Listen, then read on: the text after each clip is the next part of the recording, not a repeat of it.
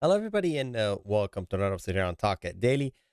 I'm repeating a podcast that I did not too long ago because I'm just, getting the hang of it. So now we're doing this streaming. It's going to be the same subject. Just if you saw it previously, my apologies. Anyways, moving on. Hopefully, everybody has a good one. Today, we're going to be talking about a subject that's kind of not a happy one.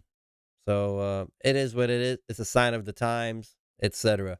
Before I go any further, I'm getting my article from Car and Driver, an article written by Mrs. Sebastian Blanco, and it's published April 4th of 2023. As always, I encourage you to check out the article yourself, and also Car and Driver have a lot of amazing stories there. Yeah, I usually click on it just see what's new with cars now. The reason I'm talking about this, one of my friends is in the market to buy a new car, and man, if you don't know, my friends are like into cars, so like they're car guys, so whatever that means, car guys, car gals.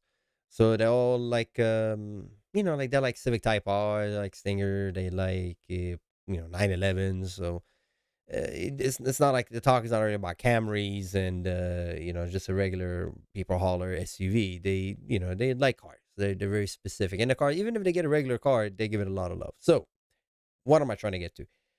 Two of my friends are in the market to buy cars, and they're the one who told me like it's expensive. Like they're thinking about just paying off the car, like just cash, so they don't have to deal with the interest. But these cars are not cheap. The cars I'm looking into, one of them is looking for an M4.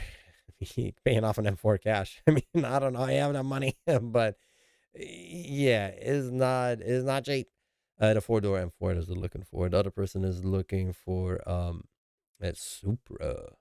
So, anyways, another one got the what is it? A Volkswagen, the R32, which is not. I hate that name because to me, R32 is a Skyline. That's like no, you should not be using that. But whatever. It's a GTI with a rear diff. And now it's an R32. Whatever.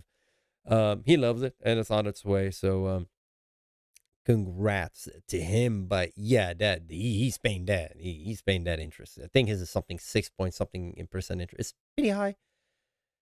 Now, so let's talk about the article saying, yes, you are right. It is very expensive to finance a car these days, and the car loan interest rate are climbing as high as 7%. Meanwhile, $1,000 a month payment are becoming more common, especially in places where big trucks are the trend.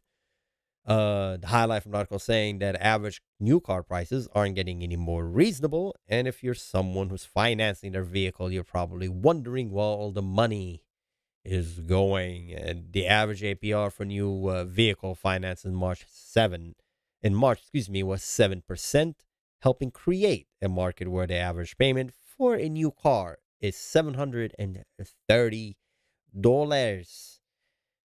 That bad. But the numbers of people paying over $1,000 also on the rise. In Wyoming, more than 25% of car shoppers who finance have payment that high.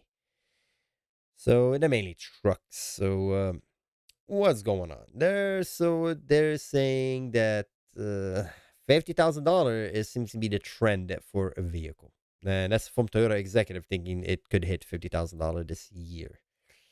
If you're paying more, well, I honestly, the R was almost 50, right? Like 40 something, and but the Super is way above 50. The M4 is above 50, so there you go. If you're paying more for a car, it logically follows that your monthly payments are increasing as well, especially with interest rate as high as they are. Rod and Q, Edmunds had announced that the average annual percent APR for a new vehicle was 7% in March, the highest level since early 2008. The average monthly payment for a new car is now $730, almost $80 since last year. And remember, last year, that's when you had the whole COVID situation. Oh, we don't have cars on the lot. Sorry. Oh, man. So, what's going on? My whole talk about this, my whole thing about it is this. Is I do believe that if you have an older vehicle that it still works, that you are either the first owner or maybe the second owner, but you know everything about that car, how it works. I mean, as far as like mechanically it's sound, I say hold on to it for now. That is pretty much the gist of this whole podcast, video, stream. I truly believe so because in conclusion, I would not buy a used car right now. No, no, no, no. Because used car, what is it like? If you want to get a used car, the interest rates on that to get a loan for a used car is like 11% on that loan. Uh, might as well get a new car with 6%, 7%. No, I would get the new car instead of getting a used car. Yeah, it's right now. I think but it's hard, right? Because you need a car. You can't tell someone, "Hey, don't get a car." If you're watching this and you're probably thinking to yourself, "It's no big deal. Take the train." Uh, that service is not available throughout the United States. Okay, some areas does not have a train service. Public transportation it's not available everywhere. And I can tell you, to be honest with you, like where I live, there are buses and they're building trains and whatnot, but it's not convenient. This is not Japan. This is not England. It's not London, and it's not Tokyo. Getting on a train, getting somewhere. It's feasible in some areas, Chicago, New York, some location. It's feasible. Other location, it's not. So it depends on your luck with that. And so for the rest of us who needs a vehicle to go work and shop and commute, whatnot, we're kind of right now out of luck. The interest is fairly high, and I mean, again, I know these are number, these are average. There are reasonable vehicles out there. I One of my other videos, I talked about the Camry, my favorite Camry LE hybrid. I love that car. The price is right. That car is says on it savings and reasonable all over. The wheels, I think the wheels were like, what was it, like 15-inch rims? I'm like, I love it. 16-inch rims. Oh, I love that. All that rubber on the road, you drive over a pothole, meh, no problem. You want to get new tires, meh, not expensive. Is a great vehicle. Camry LE Hybrid. Good luck finding one, but I think they're fantastic. That price is right. Um, but not everybody wants to do that, you know? Like again, back to my friends. I would never see him dead driving a Camry LE hybrid. Like, no, no, no, no, no. I need my favorite. I need my M4. To these people, hey, good for you. You only live once. Hey, you got the funds for it. Why not? So the article talks about people spending over $1,000 on their car payments. Well, yeah, as long as you're happy. And they talk about Wyoming. The two states stand out as winners in the race to pay $1,000 more a month for the car is Texas and Wyoming, saying almost 21% of new car finances are in the four-digit. About Wyoming has the honor of topping the list with vehicles ridiculously more expensive. There are days than before. What? Ridiculously more expensive. These days. These days. It's like saying that very fast. I can't even say that. Um, According to Cowboy, I love that Cowboy State Daily, we can see that in the fact that a whopping, I love that term too, whopping. It's like a whopper. 25.7% of people agree to pay $1,000 a month for their vehicle. But these probably the trucks. And yeah, they're saying due to the high volume of large truck purchases in both states. Look, man, you never been to Wyoming. Wyoming, open country. Same thing with Texas. Having a truck is just what it is. It is what it is. A big truck, a diesel, and don't get it wrong too. Like when you're paying that much, you are paying for what you're getting. It's not like you're paying $1,000 a month for a Camry LE hybrid. You're getting a truck that can tow a howitzer up a hill. You know what I mean? You're talking about legit trucks. So no, it's good. It's all good. $1,000 a month payments are rare in used car world.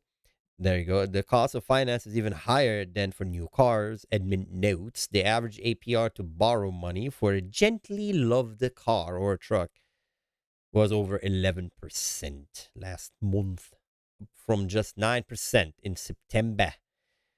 Yeah, it's pricey out there, but that's why you work. Now, so again, I make my case like this. If you're right now looking for a car, nothing can stop you because I need a car. I need a car. All I could say is this: is if you, I would say wait, because what's going on is, and did I even explain it here? I'm not even sure they explained it here. The Federal Reserve is basically it's trying to hold on that. Basically, that's what they're doing. They're basically saying that okay, look, we're gonna make it as hard, to make it a little bit difficult for you to borrow money because that way, they're trying to hold on inflation. That's their issue. They're keeping an eye on inflation because things are, that's why it's going up. Oh, yeah, they're gonna talk about it here. So look, saying in January, Edmund noted around 50% of people who finance new car did so with payment over 1,000. As of March 2023, the number has grown to 70%. So saying representing a continuing increase from 10.5% who are paying for figures monthly for their car. These high payments are likely one reason why more Americans are falling behind on car payments in 2023 than any time since 2009. That's not good. See, there you go, saying the Feds had been rising interest rate recently at an attempt to keep inflation from growing too rapidly and has raised the rate by almost 5% over the last year. So that's what's going on. The Federal Reserve sets the rate in which banks can borrow money, which then influence the rate that the rest of us pay when we finance a car. Saying the average APR is under 6% in only two states, Minnesota, South Dakota. And it's above 7% in 16 mostly southern states. The nation average was under 6% in September and has been climbing each month since then. Yeah, so I don't know. You let me know what you think about it. Again, my argument is this: if you want to dodge this, if you can, hold on to what your car you have right now. Now, obviously, the value of that car is gonna not drop that much because everything's going up. So, another example: one of my friends, what did he had same the Toyota and the Mazda, it's like the three, and he was able to basically, like, he drove it for what is it, like 15,000 miles, and he was able to sell it, and he lost like 2 G's off of it when he bought it brand new. I mean, the price of cars went up, so a lot of people taking their car and going to CarMax. Here, take my car, especially if you didn't drive it that much. Man, they almost pay almost the same price you paid brand new for it, but you used it, and it's just it's crazy. Um, so yeah, but then if you want to turn around and buy a new car, well, there you go. You're being introduced to this new interest rate that whether might not be beneficial for you. It's only your call. I personally think that it's a if you have an older car, just hold on to it and just wait until this whole wave of shenanigans that we're dealing with right now passes. I mean, by shenanigans, I don't know. Wait until the next presidential election. Wait until things settle because at some point we definitely it's gonna dip down. Everything is gonna come down because it can't be going up forever. Just the trend of, not an economist, but I'm telling you that much. Nothing goes up infinity forever. It goes up and down. Now, of course, inflation is there. It's not gonna go anywhere. Inflation always goes up, right? Like you go back, I don't know, go back 30 years ago and look at the price of whatever. The price obviously it changes, right? It just goes up. Everything gets more expensive, so that is understandable. Um, But they're talking about inflation. They're talking about the interest rate, the interest when you're taking the loan. We're not talking about in generally the cost of something. We're just talking about like taking the loan and how much interest you're paying for it. I think that portion of the cost is not gonna keep going up. The interest rate, I don't think the interest is gonna go up to be 17, 19%. It's gonna get to a point where people are saying, "I'm not gonna buy a car now. I'm gonna stop." And that's what they're planning to do. That's what the Federal Reserve is, trying to do by saying, now, okay, don't buy cars, what this example, not taking out a loan, chill, and then hopefully things drop. Well, and that way it could also cause a stagnant, right? When people are not buying anything, that goes into recession. So, hey, I don't know. There's a lot of smart people working at the Federal Reserve. They're trying to figure this out. But to me, what boils down to a car, unless this is the car you want. Again, bring my friends an example. No, he wanted to get this. That's the R32 he wants to get, the Volkswagen. That's the one he loves. He doesn't care. He's shelling out the money. Get it now. Um, yeah. But if you just your vehicle still works, you have on it, I don't know, odometer, I don't know, 40,000 mile on it, 50,000 mile. It's still good. It's still good. That car is still good. There's no need to rush to get rid of it. You have the warranty expires at 60,000 mile and you're thinking, I'm going to lose value. That's a very good point. That's a very good argument. So check out what you get from, I don't know, send it to You can go online. There's so many like Car Nirvana, there's Car Max, there's so many other car whatever, and see what they give you for your car, and then look at a brand new car, and then make that evaluation, see if that works out for you. Um, if the car has very low mileage on it, I would do that because you probably get more money. But then also look what you're gonna do with it. Uh, One of my other friends had he got rid of his Nismo, 370 Nismo, and he got rid of his Type R, Civic Type R, and now he's sitting on the money because he got a good value, right? He was like, dude, oh my god, I got amazing, I pretty much got my money invested in it, and I got it back. Um, but he didn't buy anything now. Everything is so expensive. He's like, I can't, he's at that point where he sees all the money in his bank and he's just like, I'm not sure if I want to get rid of all that money now, like a car. And the cars he's looking at high end cars. He's looking like a 911 and very expensive. So, when you look into that interest on a 911, it's humongous difference when you look at that interest, like 7% interest, 6% interest. If you look at a Camry LE hybrid, which is one of my favorite cars, but I love that car to be honest with you. Um, yeah, if you look at a 911, 7% interest rate on a loan for a 911 is not cheap at all. So yeah, I don't know. Um, I don't know where this is going. I know it's gonna plateau. It's gonna be like 2008, and it's gonna crash, and things are gonna stabilize, and they're gonna go up slowly, and the federal government is gonna bail out all the banks and whatnot. So I think right now I don't think it's the best time, honestly, to purchase. I think it's a good time to sell your car, which has been a good time since COVID. Honestly, selling a used car was like good. As far as purchase, again, if you have it, use it. If you got it, floss it. Hey, why not? If you have the money, you want to buy your car, shoot, why not? But if you're just like on the fence and you can survive the next couple of years, 2, 3, 4 years with your car. So just hold on to it. But it depends on how much you invested in it. That's why I love my used car because my used car now is at a point where if I sell it, I'm losing money. Like it literally has no point of selling it at all. It still looks good. I mean, it looks decent. And if your car fits in that category, man, hold on to it. If your car is like 10 years old, still looks good, drives good. You change the alternator, not transmission. You change the alternator, you change the battery, you change the starter. All the hoses look good. Man, you're good. You're good. Just keep driving. At that point, it doesn't matter. The mileage goes up to 150, 160. It don't matter at that point. You drive it to the ground. I mean, the only time it would matter to me if it has any damage. I can't stand a car with like broken mirror or broken. No, that's to look good. Because I mean, come on, man. You don't want to sit in a car that looks nasty. It's not good. So yeah, as long as it just kind of looks good. Mind you, I say that because I have my non-dailies, my fun car. So obviously, when I want to have fun, I get my fun car.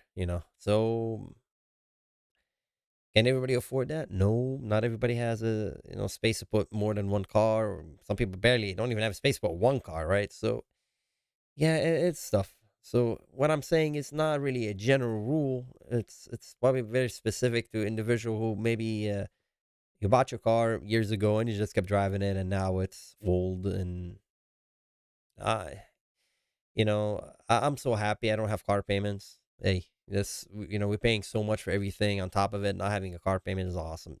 Now as far as maintenance for my car, mm, not really. It's not like every month something breaks. The last thing that went out of my car was a relay, and I found out, ignition coil relay. But that the relay sometimes work. It didn't. That kind of give me a hint, and I figured out. I went to O'Reilly. I got the relay. It was like what, $6. Um, the biggest maintenance I did, I changed the timing chain because it was rattling. It's kind of stretched a little bit because it has a timing chain. It's a K series engine, and the Honda is a 4-cylinder Honda. Um, that was probably it took all my skills of, you know, car skills to put it together, but it was doable. The car was down for a couple of days. We were down for 3 days. Um, Friday, Saturday, Sunday. I got it done by Sunday. I could have got it done in one day. It's a lot of work. But again, it's a very specific example. Now, yeah. So I don't know. To be honest with you, I don't know how I'm gonna end this. I think that it is what it is. The interest rate is going up. Is it gonna keep going up? Yeah. But again, everything is expensive. Not just that, a cheeseburger is expensive. Everything's getting expensive. So yeah, in conclusion, I think things will stabilize. I don't think it's gonna stabilize. Probably next election, all the stuff passes, all this political things go by. I hope so. I hope this thing will stabilize. It's either gonna pop or stable. Regardless, I think it's gonna drop for what it is now. So in conclusion, yeah, I think if you have a use, if your car is slightly used, selling it will give you good money now. uh, but on the other hand, buying a new car, you're looking at a higher interest rate. But no, yeah, I wouldn't buy a used car with 11% interest rate. No, no, nah, no. So I would sell the used car, buy a new car. I wouldn't sell a used car, buy another used car. No. And if your car works, just hold on to it. Yeah, let me know what you think in the comments below. Anyways, as always, this has been my second attempt for a live stream. So let me know what y'all think. And I did enjoy this one. It's kind of nice talking freely like this and not have to do any editing. I might have to go back and do editing, but we'll figure it out. Anyways, as always, take care, everybody, and have a good one. I'll see you next time. Bye bye.